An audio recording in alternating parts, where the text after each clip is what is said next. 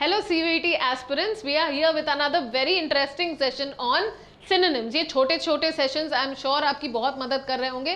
Pen paper ready रखें. With in 5 minutes हम लोग कम से कम 15 सिनोनिम्स करने जा रहे हैं. So let's start.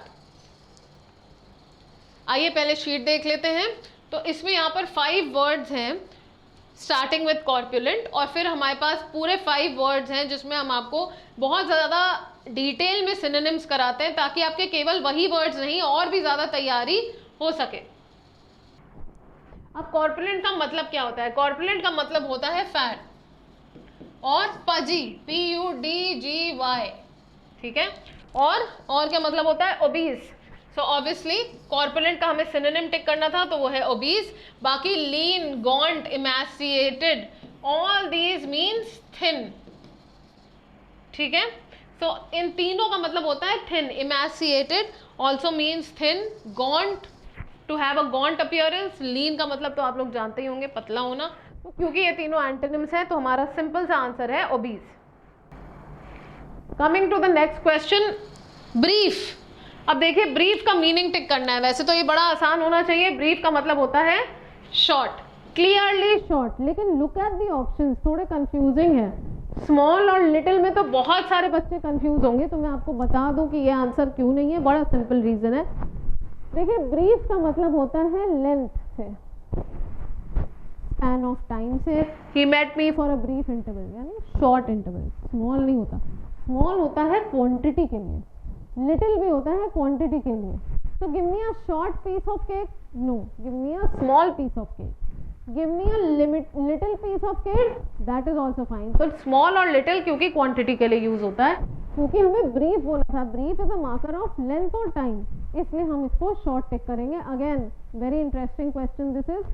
आपको लगेगा और आप ओवर कॉन्फिडेंस में गलती भी कर सकते हैं कि अरे ये तो बहुत ही आसान है, पर इसीलिए मैं आपको चुन चुन के वैसे क्वेश्चन करा रही हूँ जो इतने सिंपल नहीं है.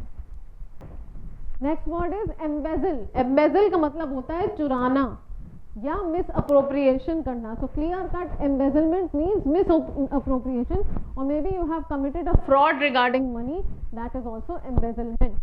रेम्यूनरेट का मतलब होता है कॉम्पेंसेट.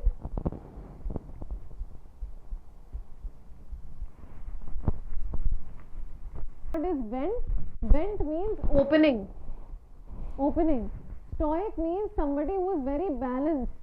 और कैसा balance? Somebody who is very balanced in happiness and sadness. So very balanced emotions, that is stoic. End का मतलब finish. और ambience का मतलब होता है environment,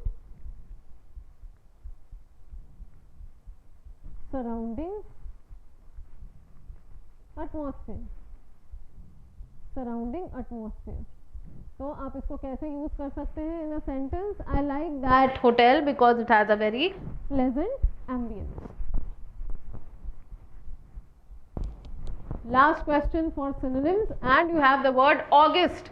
नाउ ऑगस्ट महीना भी होता है तो सबको पता है, लेकिन यहाँ किस ऑगस्ट की बात हो रही है?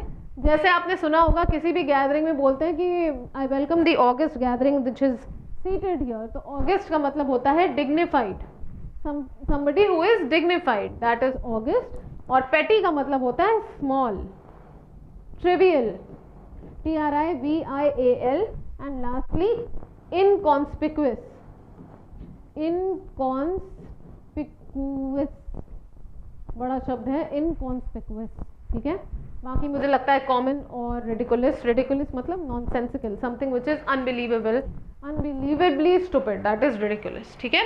Thank you so much for attending this class, and with this I would like to remind you that calling on this number is absolutely vital and important, because if you want to know more materials, you want to know more textbooks, you want to ask us about a mock test, you want to understand about the crash course, then it is the right place and the right time to contact us. Thank you.